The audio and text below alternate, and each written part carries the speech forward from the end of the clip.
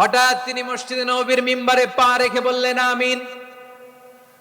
দ্বিতীয় ধাপে পা রেখে বললেন আমিন, তৃতীয় ধাপে পা রেখে বললেন আমিন। সাহাবারা অবাক হয়ে বললেন, ইয়া রাসূলুল্লাহ, ইয়া হাবিবাল্লাহ, তিনবার শুধু আমিন আমিন পড়লেন, কেন পড়লেন আমরা কিছু জানি না, আমাদেরকে জানিয়ে দেন কেন আপনি তিনবার আমিন বললেন।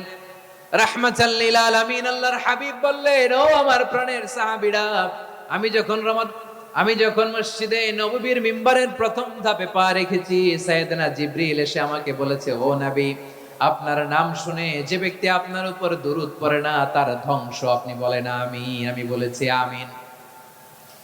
দ্বিতীয় ধাপে পা রাখার পর সাইয়েদনা জিবরিল বললেন, ইয়া রাসূলুল্লাহ, মাতা পিতাকে বার্ধক্য অবস্থায় পেয়ে তাদের সেবা করে, তাদের সাথে সদাচরণ করে যে সন্তান জান্নাত কামাতে পারলো না, তার জন্য ধ্বংস। আপনি বলেন আমিন। আমি বলেছি